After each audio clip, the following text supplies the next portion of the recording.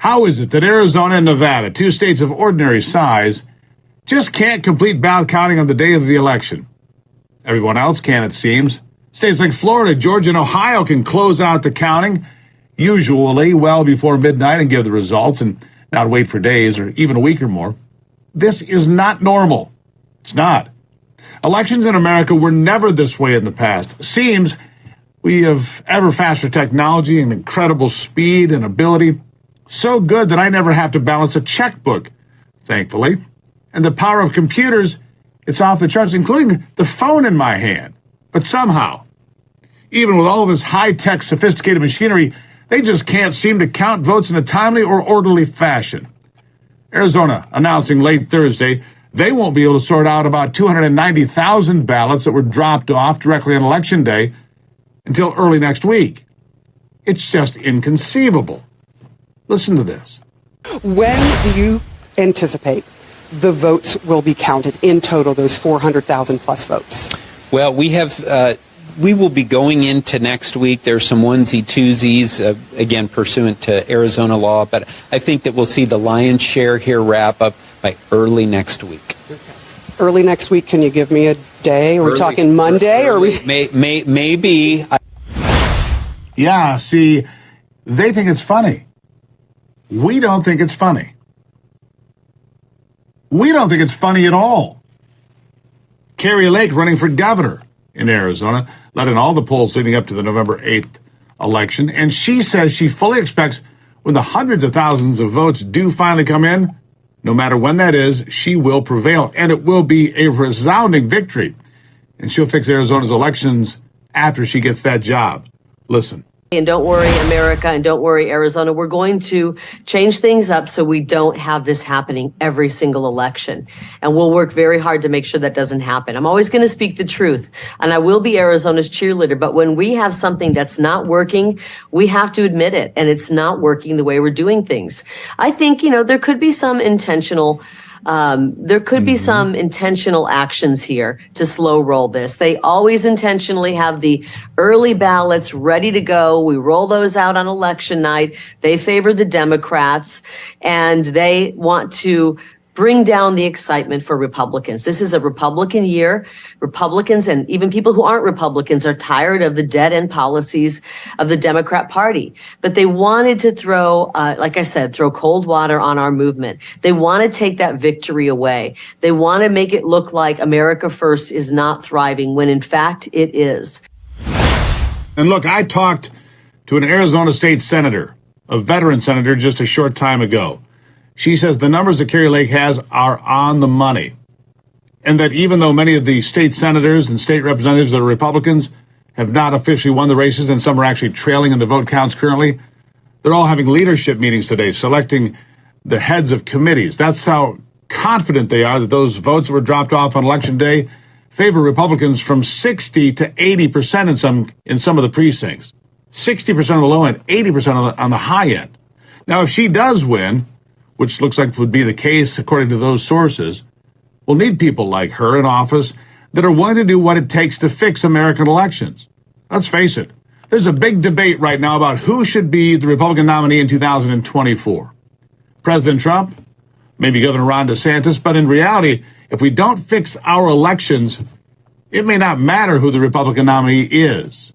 They'll lose. In the same way Republicans underperformed in these elections in 2022. And even though it's looking better right now for Republicans than it was looking, say, a few days ago, the House is pretty much locked up. And the Senate, with a little bit of luck, could be controlled by Republicans too. But it shouldn't even be close.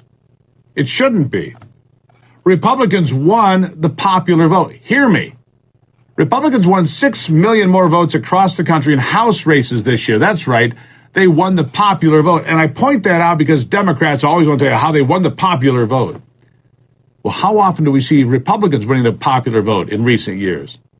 Things are trending in the right direction, albeit slowly, with Republicans gaining ground in the House in the last three elections. Remember, in 2018, they had 235 seats.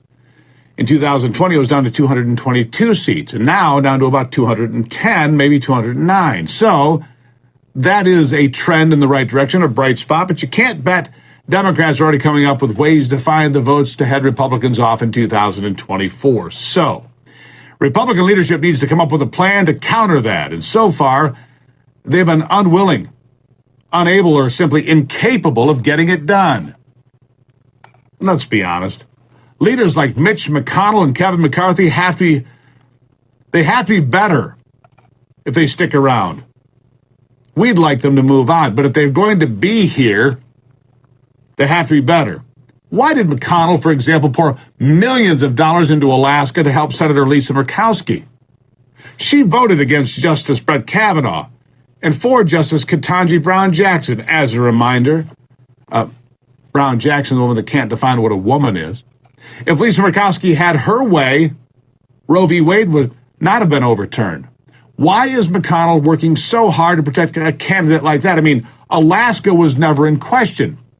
Never in any danger of losing a Senate seat to the Democrats, but McConnell was in danger of losing his grip on power and money. And that's the answer. You see, Kelly Tshibaka isn't going to play along with Mitch McConnell when she wins. So while we wait for Arizona to be decided, Nevada, no better really, where Republicans holding some leads for Senate and governor, officials there say they just won't be able to get any results out today. And I say, why not? But listen. We still have over 50,000 ballots that need to be counted. Those are in various stages in the process of validation before they go to the counting board, and finally, ultimately, they get to tabulation, where we're able to read them into the system. We will continue to work through the weekend. Tomorrow is not a holiday for this office. We will be open. We'll be processing ballots as well as on Saturday. Sunday, if we still have work to do, we will be in here to continue that work. So there's no weekend for the Clark County Election Department. We'll continue to process. The majority of the mail should be counted in Clark County by Saturday, barring any issues with equipment. With the exception of the cure ballots, which I've already mentioned to you, the deadline will be Monday, and those provisional ballots that we must receive a report from the Secretary of State that's compiled with all 17 counties so that we can prevent anything from illegal happening. Now, let me go back to the state senator, Nancy Bartow, by the way, from the state of Arizona, veteran state senator. I said, what about fraud and cheating? She said, what happened, more accurately, is that Republicans showed up in numbers they had never seen before to drop off day of ballots, 290,000 in Maricopa County alone. They overwhelmed the system. And she said, this should be some good news for you. She said, one of the reasons it's taking longer in Arizona this year is because so many people are watching this time, poll watchers. You're doing your job in Arizona. You're doing your job in Nevada. And they're actually making them match the signatures on the envelope to the voter. So maybe that's some good news. Now, I'm sorry. On this other note, I think you can count 50,000 ballots in a day. In fact, you can count a lot more than that. And isn't it strange, these delays in these two states and some others as well? It never really began until 2018, these long delays in voting. Now, why is that?